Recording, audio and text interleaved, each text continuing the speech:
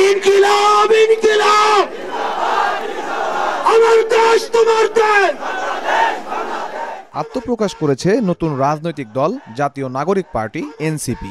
28 ফেব্রুয়ারি সন্ধ্যা 6:30টায় রাজধানীর মানিক মিয়া এভিনিউয়ে দলটির নাম ঘোষণা করেন জুলাই আন্দোলনে শহীদ ইসমাইল হোসেন রাব্বির বোন মিম আক্তার। 2024 সালের গণঅভ্যুত্থানের পর ছাত্র জনতার নেতৃত্বে যে নতুন রাজনৈতিক দলটি বাংলাদেশে আত্মপ্রকাশ করতে যাচ্ছে তার নাম জাতীয় নাগরিক পার্টি।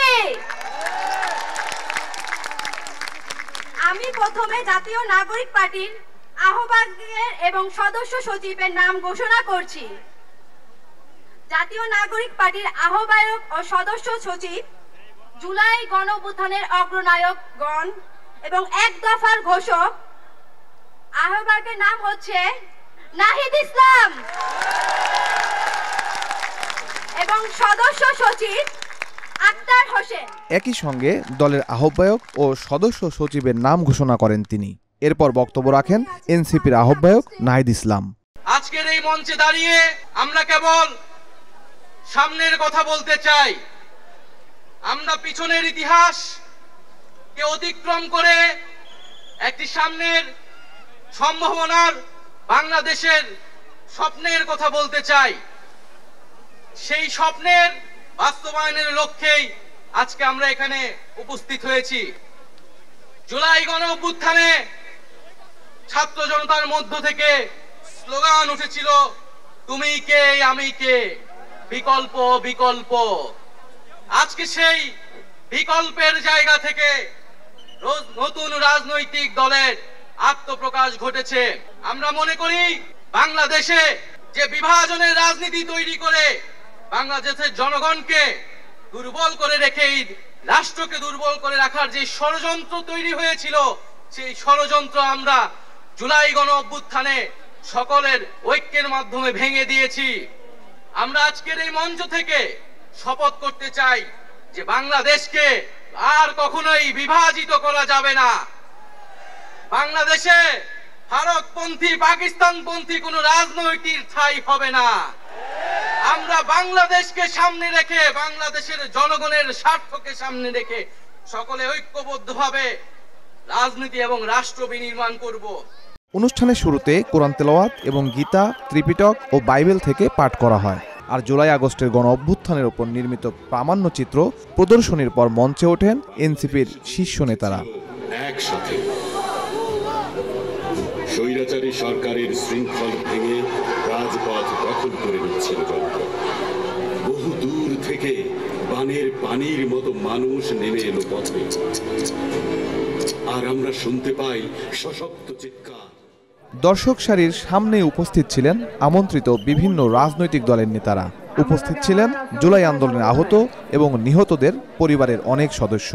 আমার অসুস্থ একটা ছেলে তুই আসছি, আর ছোট ভাই আজকে কয়েকদিন ধরে অসুস্থ, সে মারা যাওয়ার পরে আমার এই ছেলের অনেক অবস্থা খারাপ। আমি কিছুই করি না, আমি অসুস্থ। এই ছেলে মারা যাওয়ার পরে আমি কোনো কাজ করি না।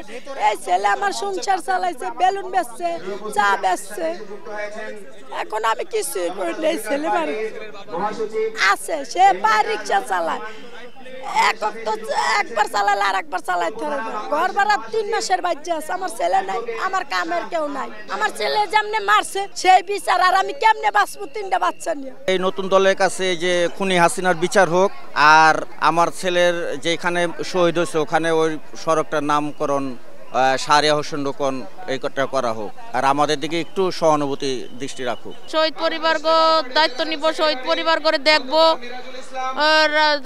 দেশটা শান্তিতে চালাইবো, এইটাই আমাকে প্রত্যাশা।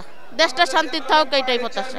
এর আগে নতুন রাজনৈতিক দলের আত্মপ্রকাশ উপলক্ষে 28 ফেব্রুয়ারি দুপুর থেকেই রাজধানীর মানিক মিয়া এভিনিউতে জড়ো হতে থাকেন ছাত্র জনতা।